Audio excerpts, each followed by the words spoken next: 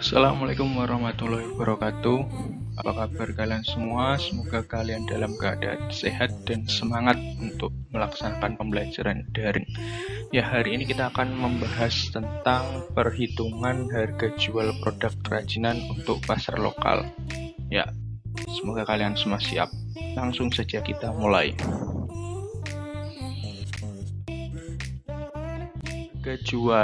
Harga jual produk. Apa sih harga jual produk? Harga jual produk itu adalah sejumlah harga yang dibebankan kepada konsumen. Jadi berapa sih yang harus dibayarkan konsumen untuk bisa mendapatkan produk yang kamu tawarkan itu? Itu adalah harga jual produk.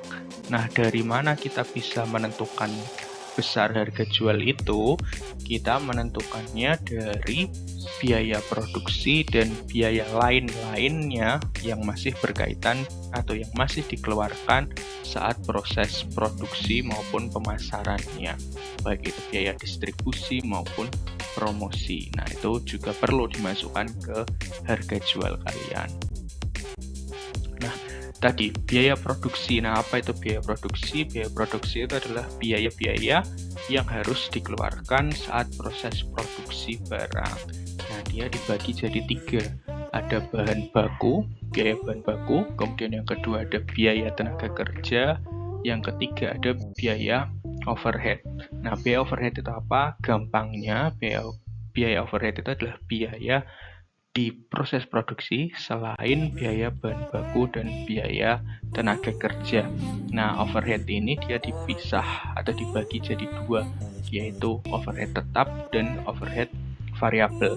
Apa sih yang membedakannya? Yang membedakannya adalah kalau overhead tetap, dia besar, pengeluarannya akan selalu tetap, tidak tergantung dari volume produksinya. Sementara kalau overhead variabel, besar pengeluarannya ini terikat dengan volume produksi yang dikeluarkan atau produksi yang dibuat. Misal kamu bikin produk 10, kalau overhead variabelnya dia akan berubah atau berbeda ketika memproduksi produk sebanyak 50.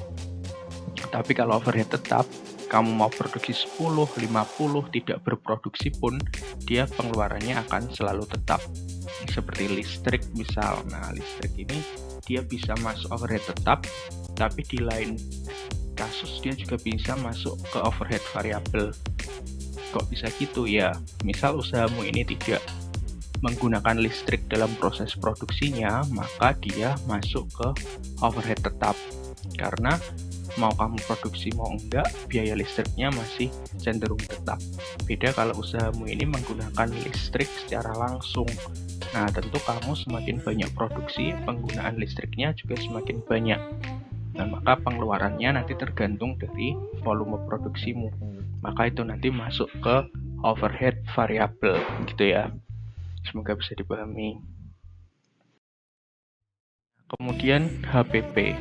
Apa sih HPP itu? HPP adalah harga pokok produksi, merupakan jumlah biaya yang dikeluarkan dalam proses produksi hingga pemasaran untuk satu buah produk.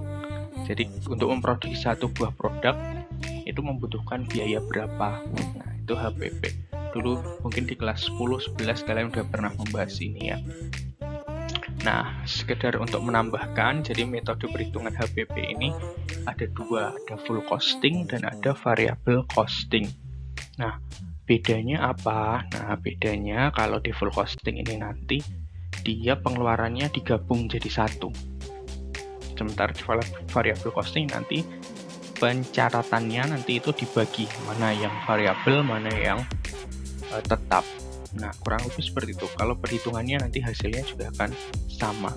Nah, ini sebagai contoh. Dia lebih simpel, lebih cepat. Nah, mana yang mau kamu pakai ya terserah kalian, itu pilihan kalian. Nah, kita lanjut ke jual.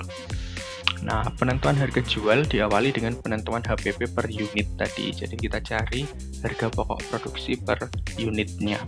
Nah, nanti kalau udah ketemu harga pokok produksi per unitnya, nanti kita tambahkan dengan keuntungan yang kita inginkan. Simpelnya seperti itu. Gitu ya, semoga bisa dipahami. Nah, hari ini kita bahas 3 metode. Maaf, bukan hari ini. Jadi hari ini kita bahas satu dulu. Nanti 2 metode yang lainnya kita bahas di pertemuan yang akan datang. Nah, hari ini kita akan membahas pendekatan biaya, metode penetapan harga produk dengan pendekatan biaya atau cost oriented approach. Untuk 2 yang lain nanti kita bahas di pertemuan yang akan datang. Nah, cost oriented approach. Nah, dari katanya saja, dari kata-kata penyusunnya ada cost oriented approach, berarti pendekatan yang dipakai adalah pendekatan cost biaya. Nah, ada 2 di sini, ada cost plus pricing dan ada markup pricing. Nah, cost plus pricing itu sendiri ada 2, cost plus fixed fee dan ada cost plus percentage of cost. Nah, coba kita apa bedanya. Nah, ini sebuah contoh langsung ya, karena udah pernah kita bahas sebenarnya di kelas 10 maupun kelas 11. Nah, ini misal ada seorang pengrajin gebyok menghitung bahwa untuk membuat dan menjual sebuah gebyok akan dikeluarkan jumlah biaya dengan rincian sebagai berikut. Biaya material 7.500.000, tenaga kerja 2.500.000, dan biaya lain-lainnya 4 juta. Nah, apabila dikehendaki laba sebesar 30% dari biaya total, maka dari ini ada kata-kata 30%, berarti nanti kita pakainya adalah cost percentage of cost. Nah, tadi ini rinciannya setelah dijumlah ketemu 14 juta, maka harga jualnya adalah 14 juta ditambah laba yang diinginkan. Laba yang diinginkan berapa? 30% dari biaya, 30% dari 14 juta. Nah, ketemu 8.200.000. Nah, inilah harga jual gebyok. Nah, ini pakainya cost plus percentage of cost. Nah, apa yang terjadi dengan harga produk jika harga bahan baku naik? Nah, kalau bahan baku naiknya, apa yang akan terjadi? Kemudian bagaimana dengan labanya? Coba gimana? Kita lihat di sini, kalau material naik, otomatis biaya naik. Nah, kalau biaya naik, otomatis persentase 30% dari biaya juga akan naik kan? Berarti yang terjadi apa? Yang terjadi adalah harga bahan baku naik,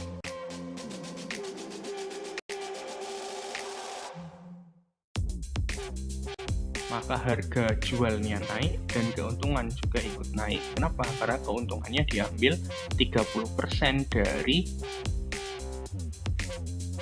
biaya produksinya tadi, maka keuntungan juga akan ikut. Nah, ini kasus kedua, ini masih sama ya, pengrajin gebyok juga, materialnya 7.500.000, tenaga kerja 2.500.000, lain-lain 4 juta. Apabila dia menghendaki keuntungan dari pembuatan gebyok 5 juta, nah jadi dia pengen untungnya 5 juta. Kalau yang tadi kan pengen 30%, nah ini dia pengen untungnya 5 juta. Nah, gimana cara ngitung harganya? Tinggal kita total saja. Biaya total ditambah laba. Biaya totalnya kan 14 juta. Dia pengen keuntungan 5 juta, ya tinggal 14 juta ditambah 5 juta, ketemu 19 juta. Gitu, gampang ya. Nah, itu cost plus fixed fee. Nah, jadi fee-nya itu dia fix, tetap. Nah, laba yang diinginkan dia selalu tetap 5 juta. Nah, bisa dipahami ya, bisa bedain ya dengan yang tadi ya. Nah, apa yang terjadi dengan harga produk jika bahan baku naik?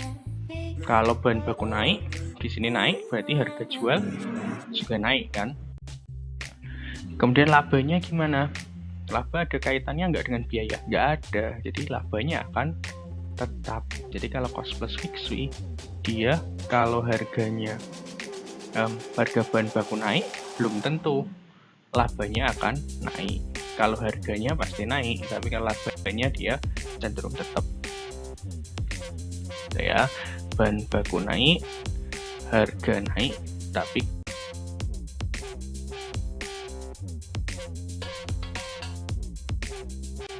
tetap. Nah, ini contoh lagi yang ketiga. Pengusaha furniture mendapat pesanan gebyok. Dia membeli gebyok dari pengrajin 19 juta, kemudian ia jual kembali dengan harga 22 juta.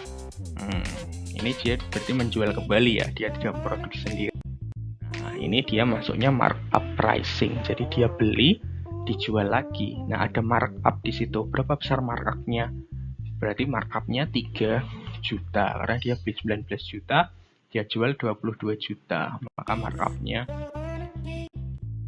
Nah, berapa besar labanya? 3 juta? Enggak, karena markup pricing ini harga jual itu sama dengan harga beli ditambah markup.